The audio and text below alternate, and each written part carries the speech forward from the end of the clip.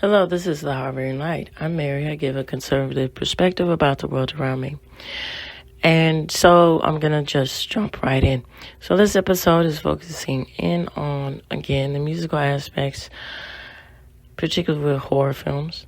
And so I'm doing a different spin. Instead of talking about a musical score as I addressed on Monday's episode with Halloween, I'm focusing in on the soundtrack of when Jason Takes Manhattan, even though the title doesn't allude that it's Friday the 13th, Jason Voorhees. But anyway, that's not the point. But that, I'm going to also add that the little extra, interesting facts too, along the lines of my main point here is focusing in on the sound of and how the music aesthetic of the 80s, of how that was influenced too. Okay, so I'm focusing in on these musical 80s sounds that's influenced in the soundtrack of Jason Takes Manhattan. All right, along the lines of, as I mentioned, about interesting facts too. Okay, so let's get right into the heart of the matter about this.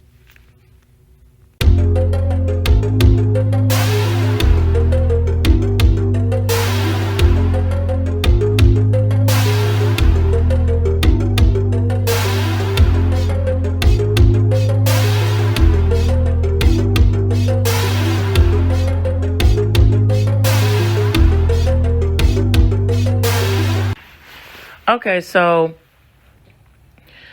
I'm focusing in on the song "The Darkest Side of the Night." So when I first heard this, when I saw the movie, first hearing the song and then seeing the movie let me say that's what I'm addressing. So hearing the song, it caught my attention because of the subtle tone. It reminded me of a song that would be, okay, hold on, sweetie. Okay, because you ate you want some more food? You want more breakfast? Baby, let me finish what I'm doing first, okay? And it reminded me of a Journey song or the beat you would hear from a Journey song. And that soft rock subtlety to it. And so that goes into the juxtaposition of the movie. So the movie is focusing in on Jason Voorhees and the bringing in the horror and the terror to these young people and traveling to New York to do all of this. It's a weird concept, and it's strange and crazy, and it goes with that whole feel and the amp of going with the 80s idea of, this is just from my point of view, about, the access and contemporary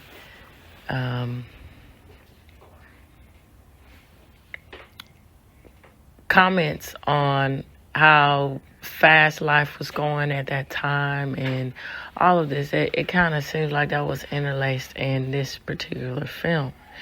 And it also seems as if they were taking a new direction as far as keeping up with the aspect of of the franchise of Nightmare on Elm Street, because saying 89 or so.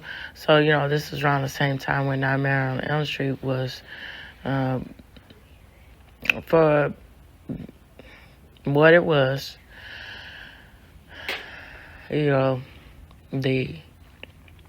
were focusing in on the aspects of youth culture, particularly with the MTV generation of Flash and what's popular and here and now, and keeping up with current events.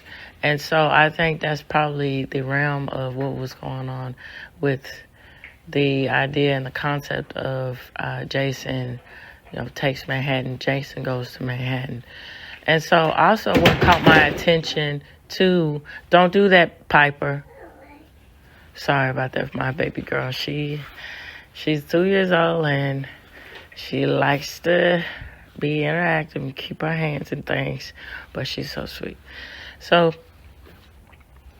also what caught my attention is the actor that was one of the main actors, the male lead, because I remember recalling him, seeing him, in my daytime drama growing up as a kid in the 90s, and stuff like the Guiding Light and As the World Turns. But I think he was from Young and the Restless, and so I'm like, oh, okay, that's interesting, seeing, him in a movie like that. And so it goes to all along the lines to say that, actors aren't the sum of their parts. So which I mean by that is that it's their job to take on different elements outside what they might be well known for or so. All right, so with this being said, let's get into the aspects and facts of first about the song The Darkest Night, and then going into facts you might not know or you might know about this movie.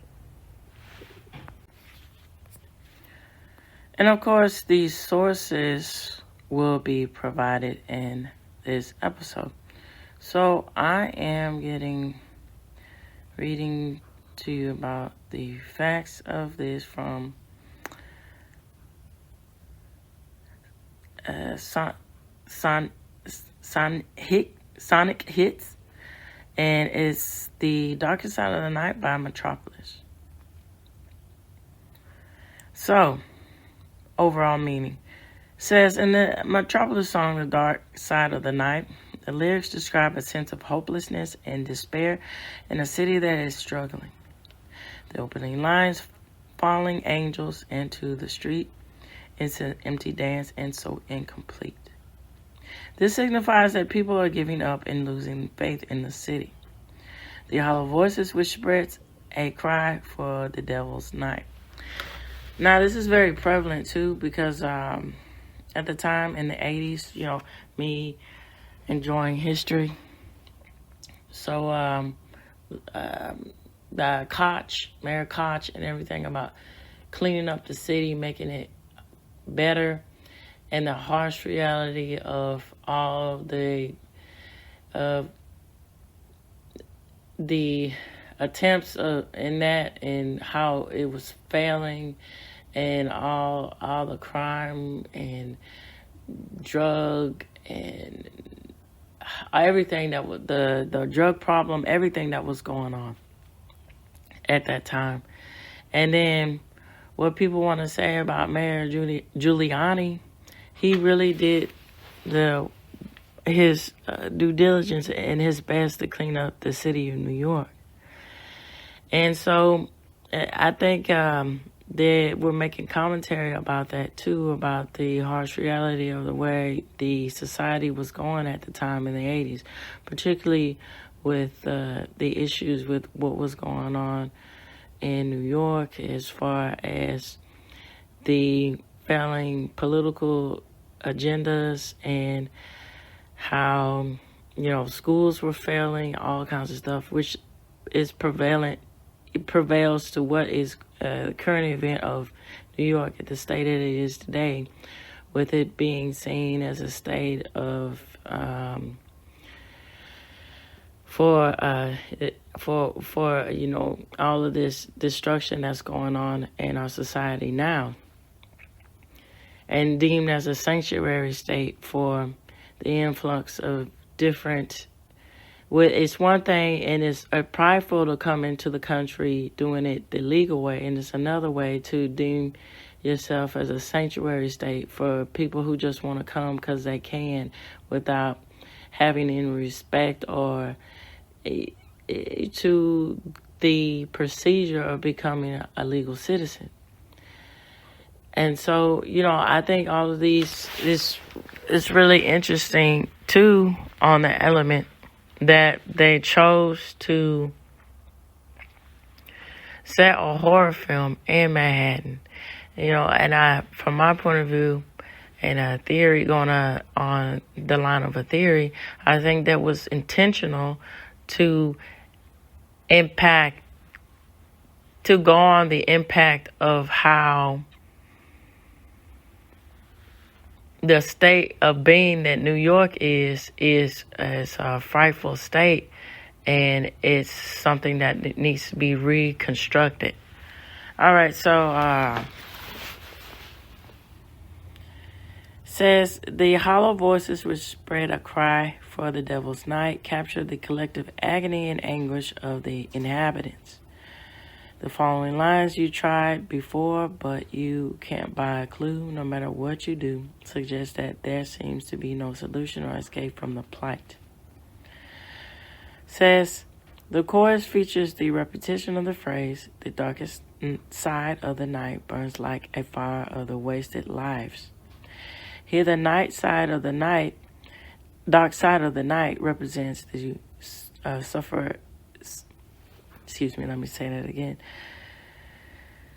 suffocating emptiness, the wasted lives, and the sense of hopelessness that engulfs the city. The mention of the neon shadows that points the way describes the false hope of illusion of a solution that is spread to the city's leaders.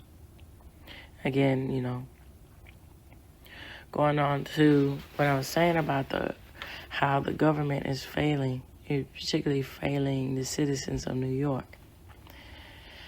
So, and you see that neon light in the sky as far as a beacon of hope, of prosperity, of all of that, but it's actually a false. That's quite elegant to say that it's a false illusion, which is a disillusion and disappointment of what is not to come. So, of a solution that is spread by the city's leaders, there's despair and desperation, and is probable in the lines such as, you try to fix it, but there's nothing you can do. You just got to see it through. And in the city, you give and they take. You reach the limit, you bend, and then you break. And there's no escape. So this is also leads to the point, and I would like, please, so I'm working on this. As I mentioned, I haven't mentioned this early on in my intro in this episode, but Spreaker, unfortunately, now is a thing where I can't automatically upload to YouTube anymore. So I have to,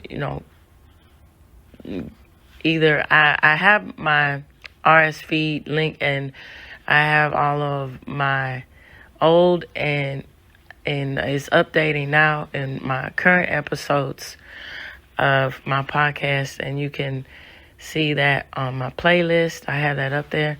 But also, I'm doing a thing where I'm creating a video where it's a motion movement, so you can either have that aspect of the podcast with the stagnant video, stagnant image in the background, or the video that has my icon for my channel moving, and then in the essence that this is the month of October. I'm focusing in on Halloween. It has that gritty, scary horror feel to it. So I'd like to know what you all think. So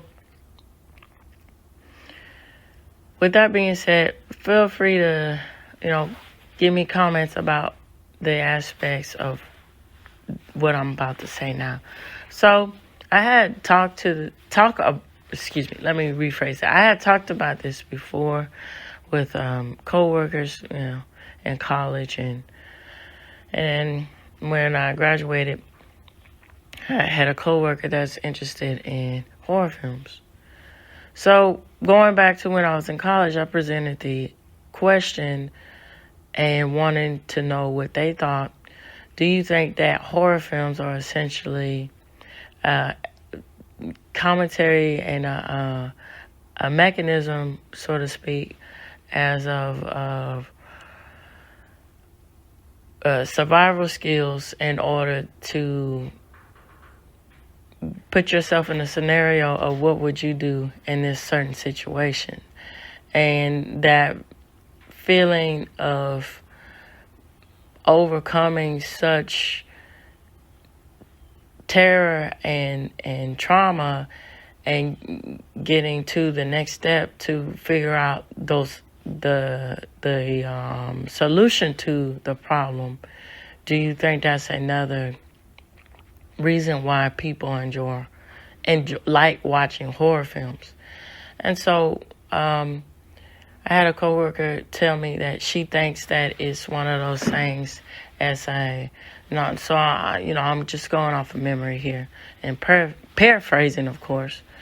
It's a vehicle for people to have a platform to escape the reality of feeling trapped in fear.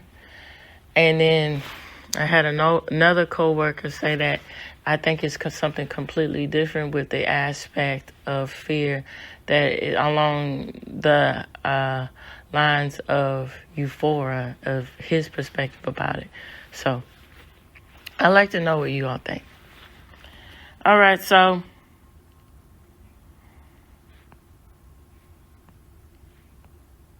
I'm going to get into the aspects of facts about the movie itself. All right, here we go. So these are exactly 13 facts about Jason Takes Manhattan. So it goes into saying this, and of course this source will be provided for you in this episode, and it's iHorror.com. So it was published on 2017 of July 28th. So Piper St. James is the writer of this. So while the name is a bit misleading, Friday the 13th part, so Roman numerals here, I think it's part 9 with my Roman numerals here. So Jason Takes Manhattan did indeed take the infamous killer Jason Voorhees out of Crystal Lake and into a new territory. Unfortunately, we don't get to see the hockey mask wearing, machete wielding, lurking around in the Big Apple until the last act of the film. When we do see him in all of his intense horror, and in Times Square, it is a magical shot. So and then I think what they're saying about a magical shot is if it's something that is of how they angle with the trick of the camera angles and special effects, that is something as if he just appeared out of nowhere. That's a feat in itself to do.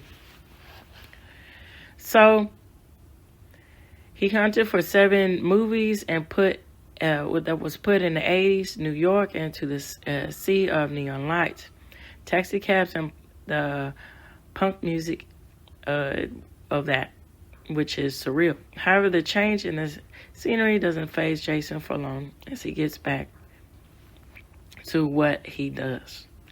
Whether you love it or hate it, haven't seen it since 1989, or just watched it yesterday, here are 13 things you may not have known about the film. During the first take, when actor Kane Hodder initially kicks the street punk's boombox in Times Square, his foot really did get stuck. And Kane Hodder, I believe, is the actor I was mentioning about that was in Young and the Restless. And that's still going on now. And that's really something how they manage to keep up with the trends of the time to make it still relevant today with the aspect of daytime soaps. And that's another fact. If I'm not mistaken, the whole reason why in itself it's named daytime soaps is the aspect of the commercial. And advertisements particularly would show different soap ads as pertaining to the women that is the demographic of who would watch these type of shows. All right, so excuse me. When Jason comes across Reenie's dog, Toby, he was supposed to kick him in the script. Kane took the director aside and said he didn't think it was in Jason's character to do this, to which the director agreed and removed it from the script. The film's working script title was Ashes to Ashes to hide from the prying eyes. They were doing another Friday the 13th movie. As well as to avoid fans interfering with filming, the fake script also renamed Jason to Ethan. The film was shot in U.S. locations, but it was mostly in Vancouver, Canada, that is, where it was shot. The trailer for Part 8 made the audience believe the majority of the action took place in the Big Apple, not on a boat. While yes, the crew did go to New York to film the Times Square scene, the budget of $4 million was very limited, and the cost of filming in NYC was way too high of stake. That's another thing too with, it's quite interesting with different states and countries what's more feasible to, for directors and, the actors and the crew to go as far as to produce films. All right, so, and then it also says when push came to shove, all of the other scenes were also filmed in Vancouver. So in reality, Jason took over Vancouver. That's quite funny. So the original script called for a lot more of Jason to be in Manhattan. Director Rob Heaton explained the way I envisioned it for the first third of the movie. We'd be on the boat. Then we'd get to New York at the end of the first act. Everything about New York was going to be completely exploited and milked. There was going to be a tremendous scene on the Brooklyn Bridge, a boxing match in Madison Square Garden. Jason would go through department stores, Broadway plays. He'd even crawl into the top of the Statue of Liberty and dive off. So the director of Part 8 initially directed 2 episodes of Friday the 13th. The series being impressed with the work on the television series, the studio bought him to direct Jason Takes Manhattan. So it's Part 8. I was off by 1. Okay, as they were developing the story, newly appointed director Rob Heaton wanted to take Jason out of Crystal Lake and put him into a city. At the time, he had no specific city in mind. Executive producer Frank Manasciuco Jr. followed up with Jason Takes Manhattan. Heaton explained he didn't have a destination in mind, but the exec producer suggests Manhattan, then Manhattan Jason will go. So Elizabeth Berkley, which is Jessie from Saved by the Bell, initially auditioned for the lead role of Rennie, but the role eventually went to Jensen Daggett. And again, that's going on the aspect of casting someone like Elizabeth Berkley, because at the time she was part of the pop mainstream culture, particularly with teens and all of this, that youth culture, and so that influxing that with is quite appropriate in going on the same wavelength. I think of the A Nightmare on Elm Street franchise. So originally the script called for Rennie to have a nude scene to debunk the theory. Only bad girls in horror films took off their clothing. To the surprise that May, Jensen Daggett would not do this. In fact, the character of Rennie is perhaps the most clothed character in the horror movie history, barely ever removing any of her clothes. Which is good. I think that's for the most part. And I'm highlighting this because this is the emphasis of, when you take that stand of drawing a line in the sand, and you say that, and you present that things can be done in a dignified way without stating the obvious of showing you're bearing, literally bearing yourself like that. You can still prove the point of the message that horror films take with the aspects of the corruption that overt sexuality can, hurt the innocence and the aspect of that of lost, abandoned youth, So good on her. I commend that. That's great. All right, so of course every Friday film doesn't have to include some nudity. So to show her it was no big deal, the director Rob Heaton removed, and they're trying to show this how this aspect to me from my point of view about grooming, and that's quite prevalent in this. So little did he know the cameras were rolling and captured every moment that he was doing. So there you go. It's unfortunate that this happens a lot too, to rein this all in, bring this back to light with the dismantling of Hollywood, particularly with the aspects of what's going on with P. Diddy, and then, what Cat Williams depicted and what will come at May and what will come face the big light at the end of the tunnel. That the aspect of debauchery, is no longer needed. And it shouldn't have been, prevalent in Hollywood. It shouldn't have been a thing where this is normalized. And, there's something to be said about that. Excuse me. So Friday the 13th, Jason Takes Manhattan had a final count of Jason Voorhees getting rid of 18 people. The initial poster of Part 8 was supposed to be Jason taking out the Heart of an I Love NY poster. In fact, there were two versions. Sorry about that. Had to take a quick break. Drink some water, get my throat coated there.